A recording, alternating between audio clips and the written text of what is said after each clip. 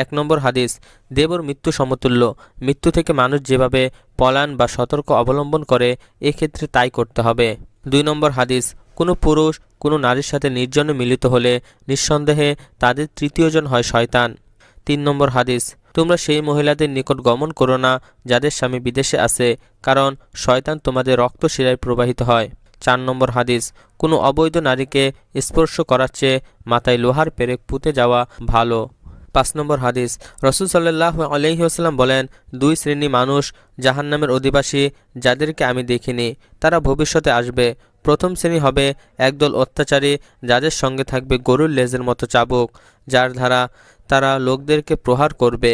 আর দ্বিতীয় শ্রেণী হলো সেই নারীর দল যারা কাপড় পরিধান করবে কিন্তু তবুও তারা উলঙ্গ অবস্থায় থাকবে, নিজেরা অন্যদের প্রতি আকৃষ্ট এবং অন্যদেরকেও তাদের প্রতি আকৃষ্ট করবে, যাদের মস্তক খোপা বাঁধার কারণে উটের হেলে যাওয়া গুজের মতো হবে।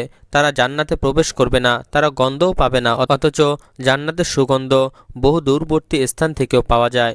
6 নম্বর হাদিস, রাসূল সাল্লাল্লাহু আলাইহি ওয়াসাল্লাম মসজিদে বাহির থেকে দেখতে পান নারীরা রাস্তায় পুরুষের সাথে মিশে গেছেন। তখন রাসূল সাল্লাল্লাহু আলাইহি ওয়াসাল্লাম নারীদের বলেন, তোমরা অপেক্ষা করো, কারণ তোমাদের জন্য রাস্তার মাঝে হাঁটা উচিত নয়, তোমাদের জন্য হলো রাস্তার পাশ। একথা শুনে নারী দেওয়াল ঘেঁষে হাঁটা শুরু করে। তখন দেখা গেল তাদের অনেকের কাপড় দেওয়ালের সাথে মিশে যেত।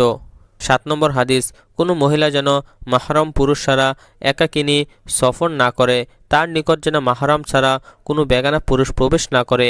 একথা শুনে এক ব্যক্তি জিজ্ঞাসা করলেন, হে রাসূল সাল্লাল্লাহু আলাইহি ওয়াসাল্লাম, আমি উমুক উমুক যুদ্ধে অংশগ্রহণ করার জন্য সৈন্য দলে নাম লিখিয়েছি, অথচ আমার স্ত্রী হজের উদ্দেশ্যে রওনা দিয়েছেন, এখন আমি কি করব? রাসূল সাল্লাল্লাহু আলাইহি ওয়াসাল্লাম তাকে উত্তর দিলেন, তুমি তার সাথে বের হও। 8 নম্বর হাদিস, নারী গোপন জিনিস, সুতরাং যখন সে বাড়ি হতে বের হয় তখন শয়তান তাকে পুরুষের দৃষ্টিতে রমণীয় করে দেখায়। 9 নম্বর হাদিস, রাসূল সাল্লাল্লাহু আলাইহি ওয়াসাল্লাম আমাদেরকে নিষেধ করেছেন যে আমরা যেন মহিলাদের নিকট তাদের স্বামীর বিনা অনুমতিতে গমন না করি। 10 নম্বর হাদিস, প্রত্যেক চক্ষুই বেবিচারী, আর নারী যদি সুগন্ধি ব্যবহার করে কোনো পুরুষ মজলিসের পাশ দিয়ে পার হয়ে যায় তাহলে সে এক বেশ্যা, এমনকি এই অবস্থায় নামাজের জন্য যেতেও নিষিদ্ধ। রাসূল সাল্লাল্লাহু আলাইহি ওয়াসাল্লাম বলেন, যে মহিলা সেন্ট ব্যবহার করে মসজিদে যায় সেই মহিলা গোসল না করা পর্যন্ত কোনো নামাজ কবুল হবে না। 11 নম্বর হাদিস, আদম সন্তানের উপর ব্যভিচারের কিছু অংশ লিপিবদ্ধ হয়েছে, সে অবশ্যই তার মধ্যে লিপ্ত হবে। 2 চোখের ব্যভিচার হলো দৃষ্টি, 2 কানের ব্যভিচার হলো শ্রবণ, মুখের ব্যভিচার হলো কথা বলা, হাতের ব্যভিচার হলো স্পর্শ করা এবং পায়ের ব্যভিচার হলো খারাপ উদ্দেশ্যে অগ্রসর হওয়া। আর অন্তর আশা ও আকাঙ্ক্ষা করতে থাকে, লজ্জা স্থান তাকে বাস্তবায়ন করে অথবা মিথ্যায় পরিণত করে।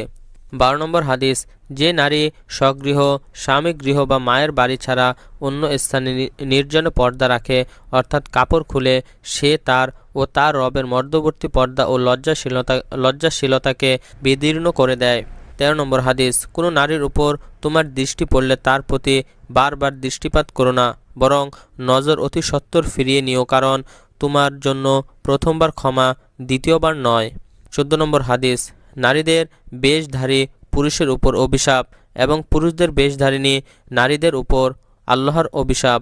15 নম্বর হাদিস, যে নারী তার মাথায় এমন চুল বাড়তি লাগায় যা তার মাথায় নেই, সে তার মাথায় জালিয়াতি সংযোগ করল। আল্লাহ তাআলা আমাদেরকে আমল করার তৌফিক দান করুক, আমিন।